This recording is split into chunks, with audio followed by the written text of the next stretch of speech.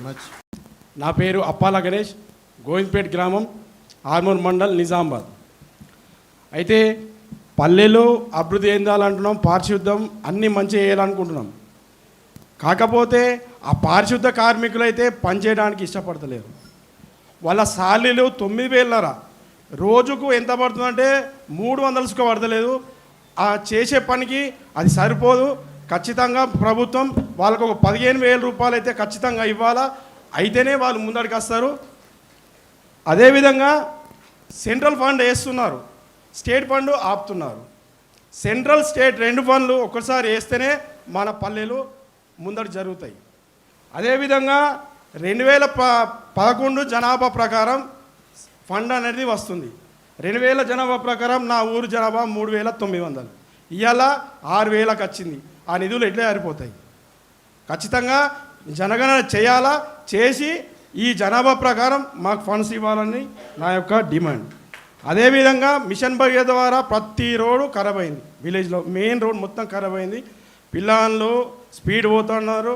ఆ ప్రతి మిషన్ భగీరథ ద్వారా ఖరాబ్ అయిన రోడ్లని ప్రభుత్వం దృష్టి తీసుకుపోయి ఆ రోడ్లు డాంబర్ రోడ్ వేస్తారా, ఇంకేమి వేస్తారా అనేది కొంచెం ఆలోచించాలా.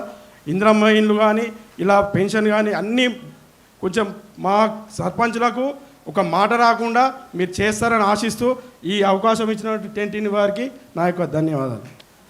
మాది నిజామాబాద్ డిస్టిక్. నా పేరు బబ్బిల్ నరసయ్య, నిజామాబాద్ డిస్టిక్, జక్రాన్పల్లి మండలం, అరుగులు గ్రామం.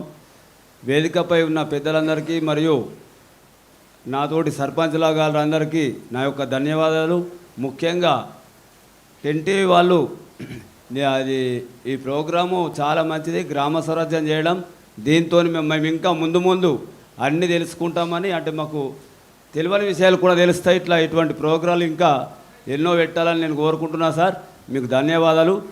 అంతేకాకుండా సార్, నేను ఉపాధి హామీలో 18 సంవత్సరాలు క్షేత్ర సహాయకుడిగా చేసి ఈ 5 సంవత్సరాలు నేను అంటే ఎస్సీ రిజర్వేషన్ వచ్చింది, దాంట్లో నిల్చుండి 5 సంవత్సరాలు మీకు సేవ చేస్తారని గడప గడప వెళ్ళడం జరిగింది. నామినేషన్ వేసిన తర్వాత వెళ్ళాను, గెలిచిన తర్వాత కూడా ఇంటింటికి వెళ్ళాను సార్. వాళ్ళకు ప్రమాణ శిఖర మహోత్సవంలో వాళ్ళకు హామీ ఏమి ఇచ్చినట్టే మన అందరిది ఒకటే కుటుంబం, ఇక్కడ వర్గాలు లేవు, ఏం లేవు, పార్టీలకు అతీతంగా మనం గ్రామాన్ని అభివృద్ధి చేసుకుందామని చెప్పడం జరిగింది.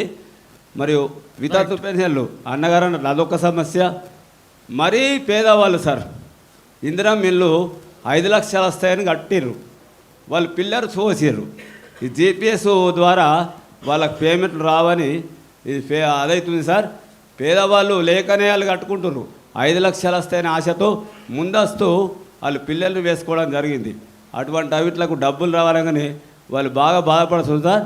మా గ్రామంలో 6 కుటుంబాలు ఉన్నాయి, వాళ్ళకు కొద్దిగా డబ్బులు వచ్చేటట్లు చేయాలని నా విన్నపం. సర్పంచ్ గారు right. Thank you Sandhya. Ranga